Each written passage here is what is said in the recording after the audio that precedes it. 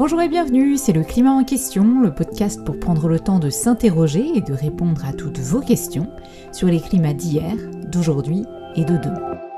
Aujourd'hui, on se demande d'où viennent nos émissions de gaz à effet de serre. À Glasgow, la tâche des leaders mondiaux et de leurs négociateurs pourrait se résumer en une phrase très simple.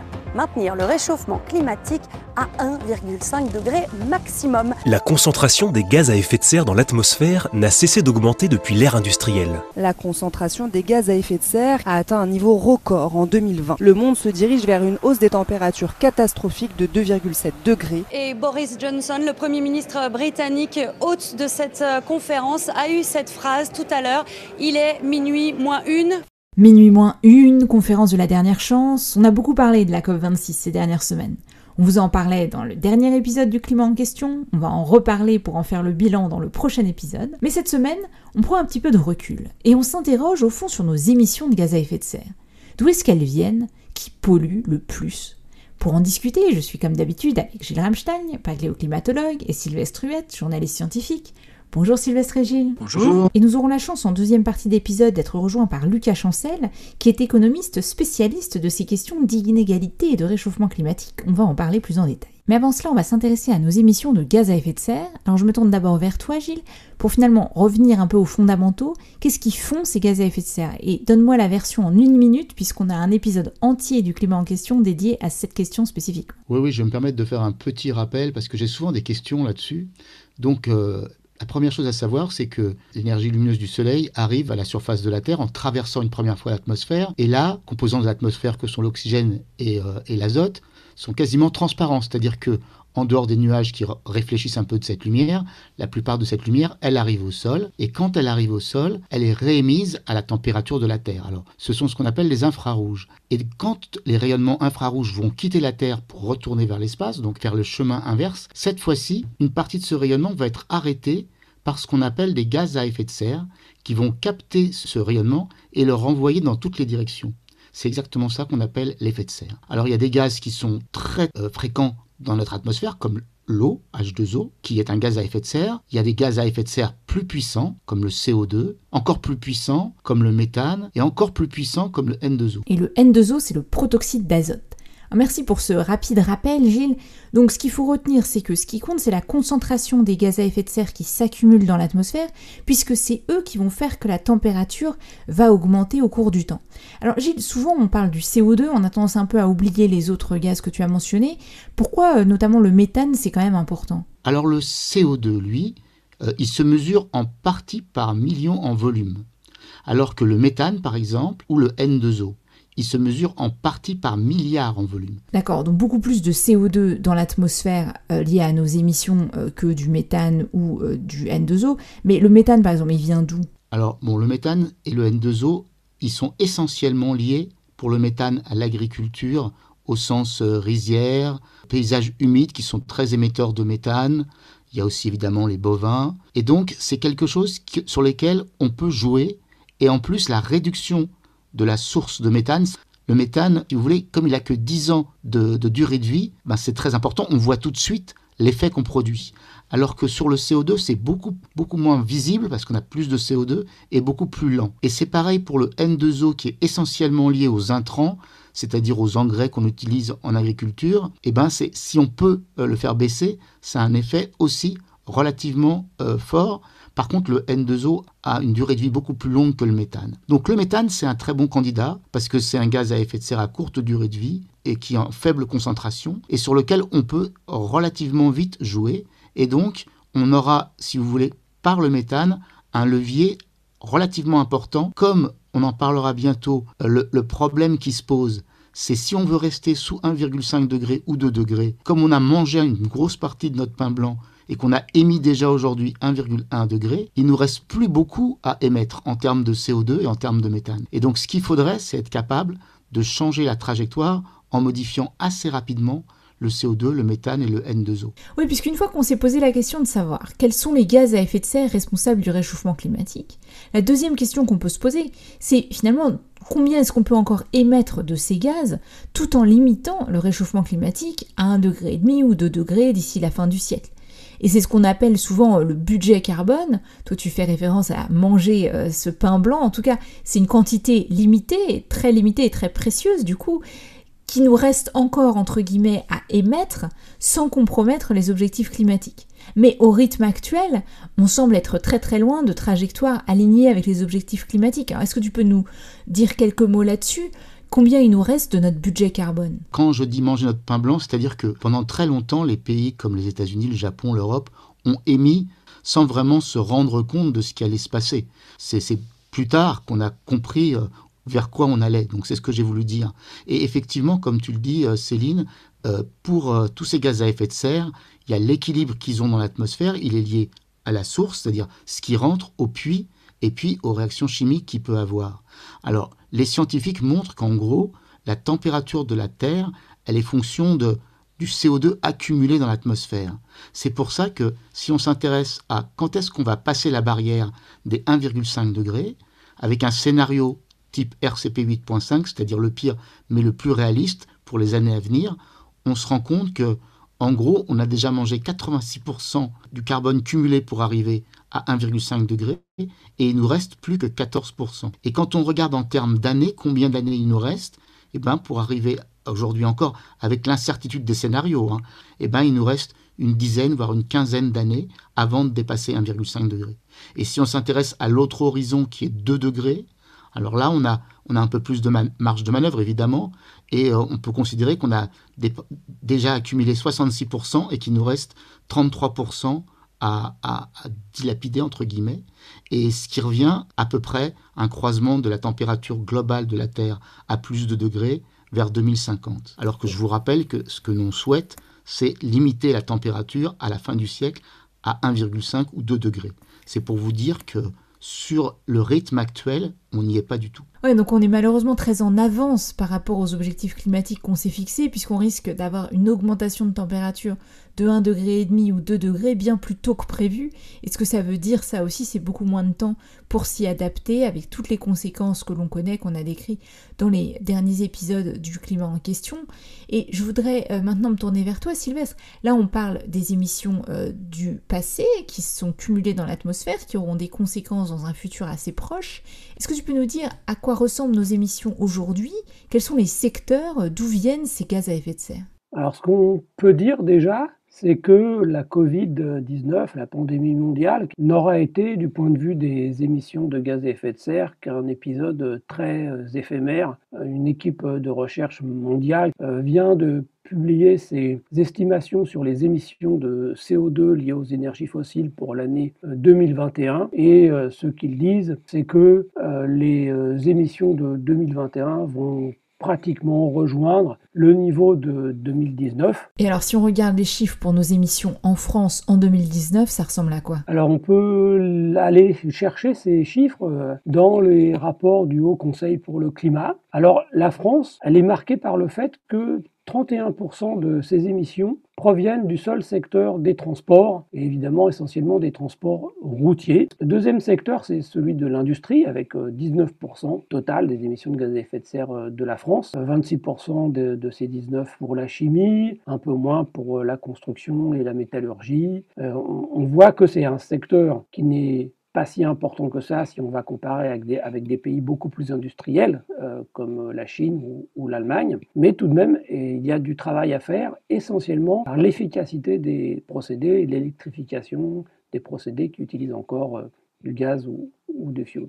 L'agriculture émet elle aussi 19% du total français, à peu près la moitié pour l'élevage et un peu moins de la moitié pour les cultures végétales, le reste provenant des engins agricoles et du chauffage des serres. Il faut voir là, c'est que c'est plus compliqué à diminuer ces émissions puisqu'il s'agit simplement de se nourrir, mais il y a des pratiques agricoles qui sont plus ou moins favorables aux émissions de gaz à effet de serre et donc on peut faire quelque chose aussi dans ce domaine. Les bâtiments, ça représente 17% du total de nos émissions, dont 61% pour le logement et 40%, un peu moins, pour les bâtiments tertiaires. Donc on voit là que le contrôle thermique des bâtiments et les matériaux de construction sont deux éléments assez importants. La transformation d'énergie, ça fait que 10% du total des émissions. dont un peu moins de la moitié pour l'électricité. Le reste, c'est le raffinage du pétrole, le chauffage urbain, etc. Et enfin, il y a un petit 4% qui provient de nos déchets ménagers, notamment parce qu'ils émettent du méthane. Merci beaucoup Sylvestre pour ce panorama rapide des secteurs les plus émetteurs. Alors pour être clair, là tu nous as parlé des émissions sur le sol français. Est-ce que c'est pas un petit peu limité comme approche ? Ah, c'est carrément hypocrite parce que la France fait partie des pays dont l'empreinte carbone est extrêmement marquée par les émissions correspondant à ses importations et à son solde import-export. En 2019, par exemple, la France a émis sur son territoire 436 millions de tonnes d'équivalent CO2, dit le Haut Conseil pour le climat. Ça fait un petit 6,5 tonnes d'équivalent CO2 par habitant. Mais en réalité, nous avons ajouté à ces 436 millions de tonnes 357 millions de tonnes d'équivalent CO2 qui correspondent aux importations de biens que nous consommons et qui ont été fabriqués ailleurs. Alors pour être totalement juste, il faut aussi enlever les émissions liées à nos exportations qui sont consommées ailleurs, et donc il faut enlever 130 millions de tonnes. Et on voit bien que c'est beaucoup plus petit que les importations. Et du coup, au total, la véritable empreinte carbone des Français, eh bien c'est 663 millions de tonnes, donc nettement plus que les 436 millions de tonnes des émissions directes ou territoriales. Et ça fait 10 tonnes d'équivalent CO2 par habitant, donc on arrive à un chiffre beaucoup plus important, et c'est ce chiffre-là qu'il faut diminuer, et pas seulement celui des émissions directes. D'accord, je comprends bien l'importance d'aussi considérer nos émissions indirectes. Et si on regarde maintenant la France par rapport à l'Europe ou au monde, comment est-ce qu'on se situe ? Alors c'est vrai que si on calcule donc en empreinte carbone par habitant, parce que c'est comme ça qu'il faut calculer pour s'affranchir du fait que les pays n'ont pas tous le même nombre d'habitants, en Europe, la France est plutôt pas trop mal placée. Elle émet, je viens de le dire, environ 10 tonnes d'équivalent CO2 par habitant. Il n'y a que 6 ou 7 pays en Europe qui font moins, et surtout, tous ces pays se caractérisent par le fait que les populations ont un niveau de vie, des revenus inférieurs, voire très inférieurs à la France, puisqu'il s'agit de la Roumanie, de la Hongrie, de la Lettonie, de la Bulgarie, de la Slovaquie, du Portugal ou de l'Espagne. Tous les autres pays européens, même des pays qui ont des revenus moindres, comme la Pologne, émettent plus que la France en empreinte carbone par habitant. Par exemple, l'Allemagne est à presque 14 tonnes par habitant et par an. Le Danemark aussi, la Belgique, la Finlande, l'Irlande sont au-dessus, plutôt vers les 15. La Grèce encore au-dessus. Et donc on voit que de ce point de vue-là, la France s'en sort pas trop mal, même si c'est pas vraiment dû au fait qu'on importe moins de biens, mais essentiellement au fait qu'on a une électricité très décarbonée. À l'échelle mondiale, quand on sort de l'Europe, ce qu'on voit, c'est que les pays qui ont l'empreinte carbone par habitant la plus élevée, ce sont les pays les plus riches, les États-Unis, le Canada, l'Australie, le Japon, ou des pays qui ont une gestion de leurs énergies pas vraiment efficiente comme la Russie.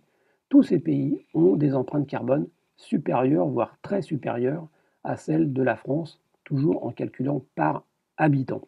Et une bonne partie de ces pays doivent leur empreinte carbone élevée à des importations importantes, en particulier les États-Unis, le Japon, l'Australie, des pays qui importent beaucoup de biens manufacturés de pays comme la Chine, l'Inde ou l'Amérique latine. D'accord, donc la France n'est pas si mal placée, mais quand même, si on en revient au budget carbone dont on parlait avec Gilles tout à l'heure, si on veut respecter les engagements climatiques, il va quand même falloir très fortement baisser nos émissions. Oui, ce qui est certain, c'est que pour des pays riches comme la France, même avec ses performances liées à son parc nucléaire pour l'électricité, l'objectif est bien de diviser par 4, 5, 6, ça dépend des pays, le total de nos émissions de gaz à effet de serre.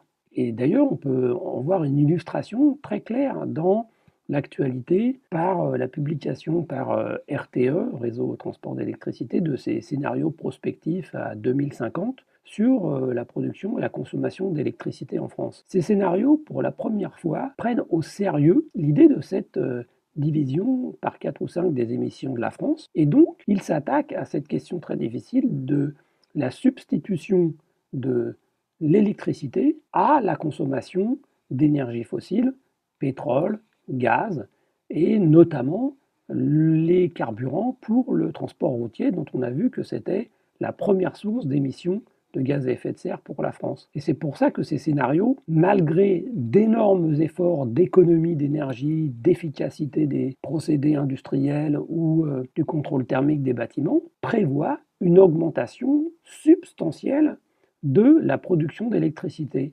pour carrément remplacer le pétrole et le gaz. Et dès lors, ça fait des débats dans lesquels je ne vais pas rentrer maintenant sur quelle technologie et quelles sources on utilise pour générer cette électricité supplémentaire bas carbone dont nous avons absolument besoin pour atteindre les objectifs climatiques. Merci beaucoup Sylvestre, et en effet on s'intéressera à ces scénarios de RTE ainsi qu'aux solutions à mettre en œuvre pour réduire ces émissions de gaz à effet de serre dont on vient de parler en détail secteur par secteur dans de prochains épisodes du Climat en question. Pour l'instant, on va s'intéresser aux différences d'émissions entre pays et au sein des pays avec notre invité Lucas Chancel.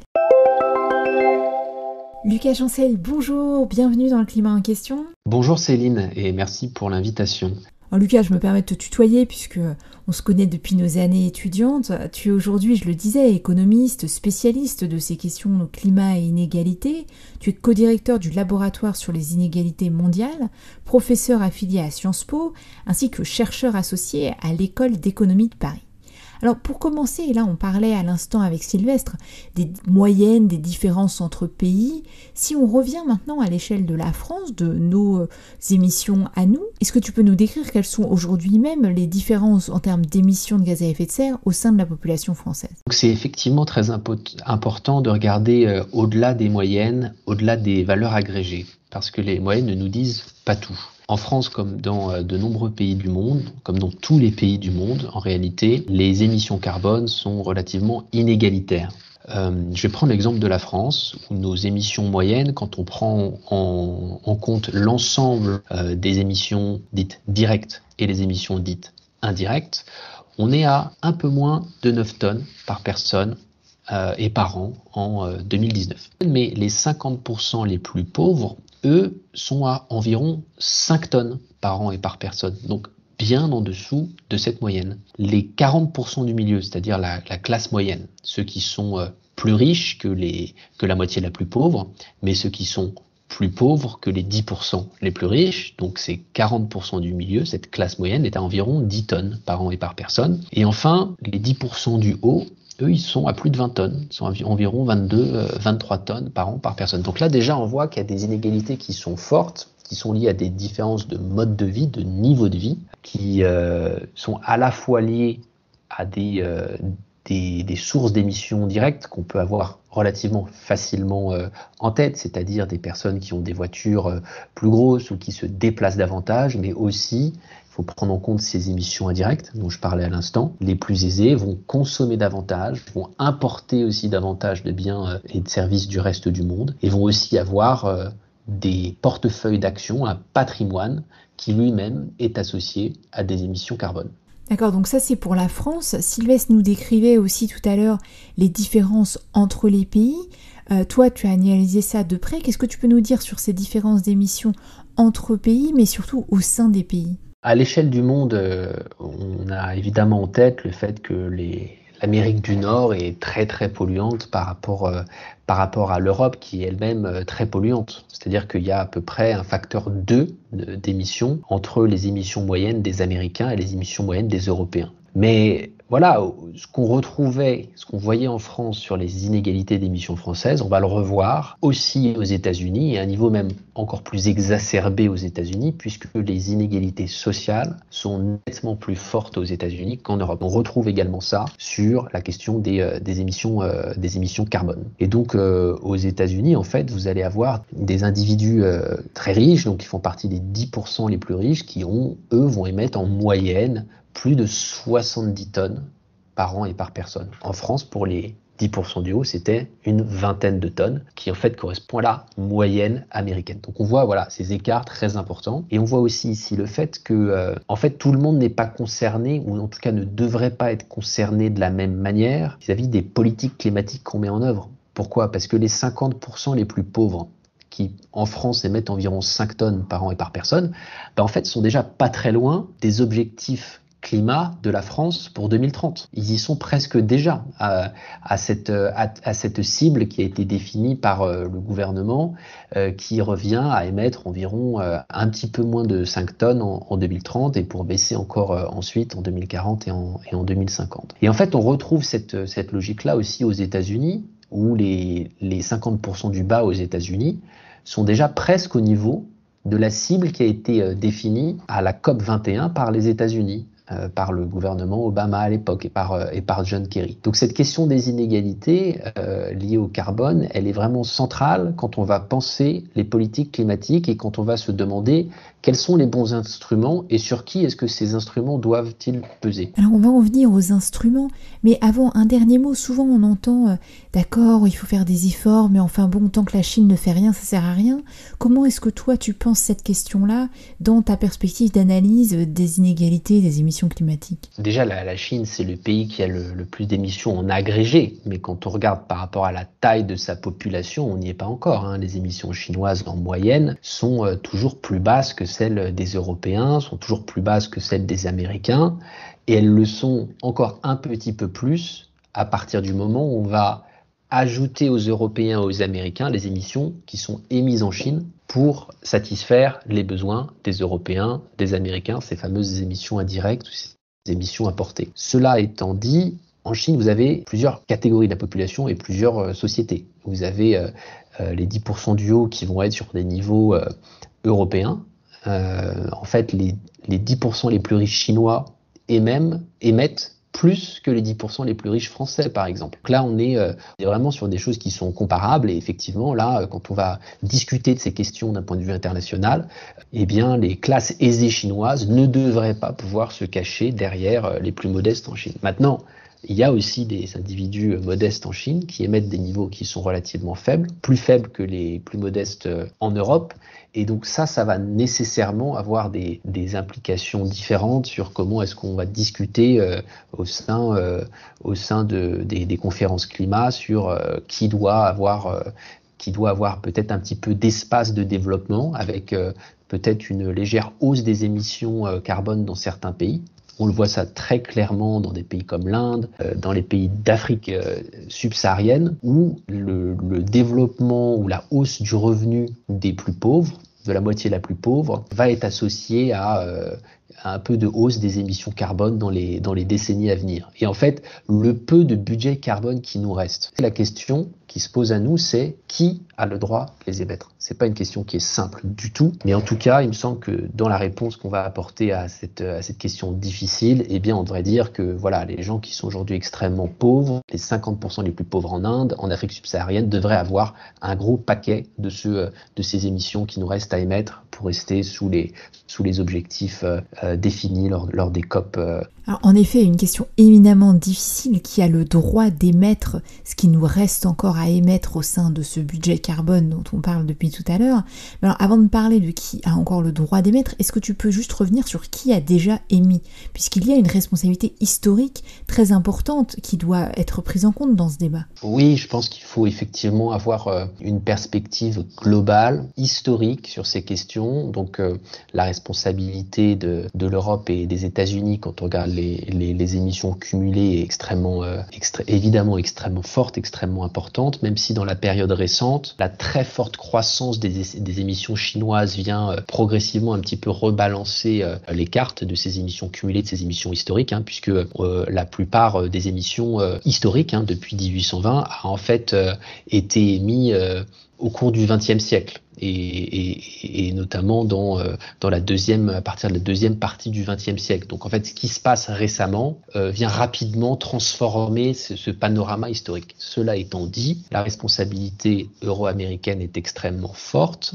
et peut-être qu'il faut aussi ici se référer à des travaux récents en histoire économique qui montrent que non seulement les Européens, les Américains ont une responsabilité en matière d'émissions carbone, mais leur processus même de développement, en fait, c'est fait largement sur l'exploitation des ressources de main-d'œuvre et des ressources naturelles des pays du Sud, des pays émergents.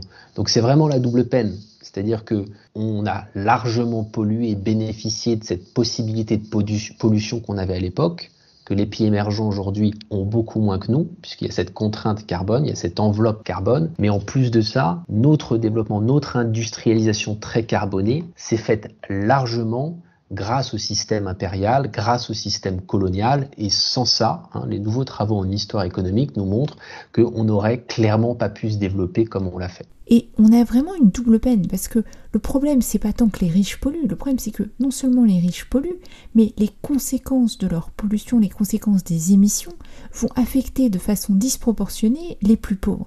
Est-ce que tu peux nous expliquer un peu, nous donner quelques exemples des conséquences très concrètes que vont connaître les populations les plus pauvres à travers le monde? Alors, très simplement, ce qu'on peut avoir en tête directement, c'est les petites îles qui sont à la fois des nations très petites et très pauvres qui vont disparaître pour certaines d'entre elles en raison de l'élévation du niveau des mers. Mais le principal canal qui va venir affecter les inégalités mondiales, c'est vraiment celui de la productivité agricole. C'est-à-dire que la hausse des températures réduit la productivité agricole dans des pays qui sont déjà relativement chauds, et notamment en Afrique subsaharienne.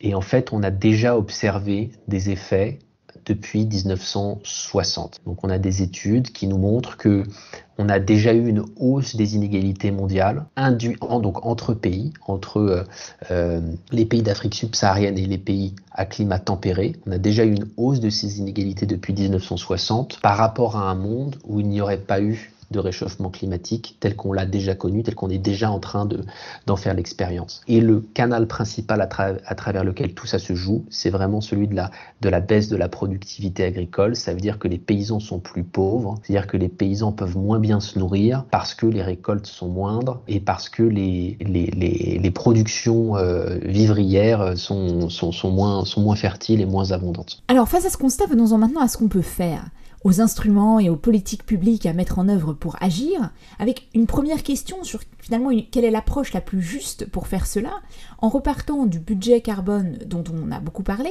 Est-ce que finalement ce qu'il faudrait faire, c'est pas regarder les émissions restant à émettre, entre guillemets, les diviser par la population mondiale en tenant compte des responsabilités historiques, et puis finalement dire voilà, chacun a le droit à tant de tonnes par an et pas plus. Excellente approche, en tout cas pour commencer la discussion.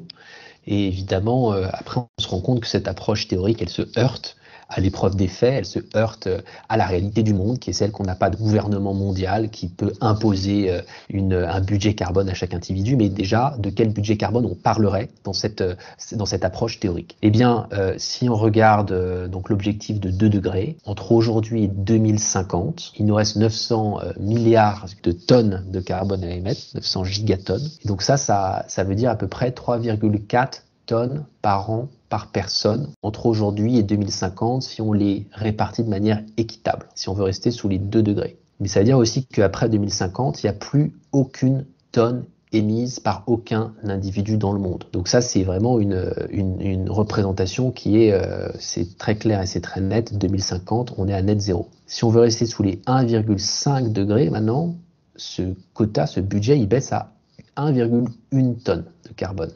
La moyenne mondiale aujourd'hui, elle est à 6,6 tonnes. On a vu que les Français, les Européens sont entre environ 9-10 tonnes en moyenne et que les Américains, en moyenne, ils sont à environ 20 tonnes.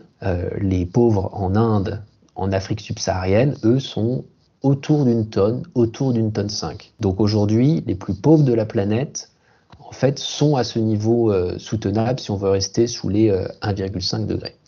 Donc voilà, ce qu'il faudrait faire en théorie, c'est partager ce budget et que chacun ait ces droits-là, entre guillemets, à tirer sur le système des émissions carbone. Maintenant, la réalité, c'est que ça peut malheureusement pas se passer comme ça et que on est sur une trajectoire qui est compliquée, qui est rendue difficile notamment dans les pays riches à cause de tensions sociales associées à la mise en place de telle ou telle politique climat qui peut créer des mécontentements et qui peut créer des mouvements de fronde, et on l'a vu notamment en France avec les gilets jaunes, hausse de la taxe carbone, où vous avez une population qui est relativement modeste, très touchée par cette hausse parce qu'elle n'a pas d'alternative autre que de payer la taxe. Elle ne peut pas prendre des transports en commun, elle n'a pas d'alternative autre que mettre du carbone, de l'essence dans sa voiture et d'émettre in fine ce carbone dans l'atmosphère. D'accord, mais alors qu'est-ce qu'il faudrait faire ? Le point que j'aimerais soulever, c'est de dire qu'on ne pourra pas faire la transition écologique, donc passer de ces 6 tonnes 6 en moyenne à 0 tonnes, et en attendant vraiment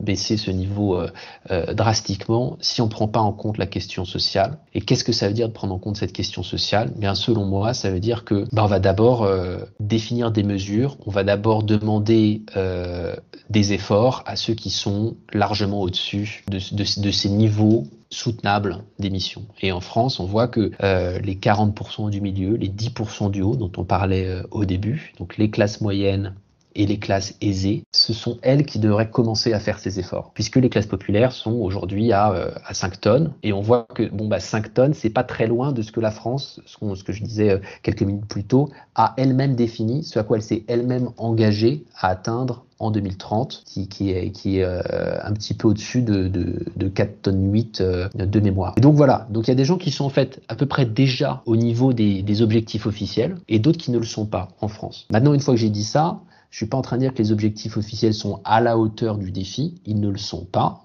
On a plein de travaux qui le montrent, que les objectifs officiels, si on fait l'addition des objectifs de la France, des États-Unis, de l'Inde, de la Chine, etc., on n'arrive pas encore aux 2 degrés. Donc il faut aller au-delà de ces objectifs officiels. Mais ce qui serait déjà important, il me semble, en France, c'est que voilà, ceux qui sont vraiment au-dessus, ils réduisent leurs émissions. Et ça veut dire quoi ? Ça veut dire que quand on fait une taxe carbone concrètement, on va peut-être pas la faire de la même manière quand il s'agit de toucher les classes moyennes et les classes aisées que quand on fait un outil qui est complètement aveugle à la question inégalitaire ou qui est complètement aveugle au fait que on n'émet pas tous un niveau équivalent d'émissions au sein d'un pays. D'accord, donc des taxes carbone plus justes. Est-ce que tu peux donner d'autres exemples de politiques publiques qui permettent de concilier justice sociale et efforts pour lutter contre le réchauffement climatique ? Ça fait 10 ans qu'on parle de la rénovation thermique des bâtiments avec le gouvernement de François Hollande qui avait des objectifs relativement ambitieux, en tout cas à l'époque en la matière, rénover 500 000 passoires énergétiques par an pour les amener à un niveau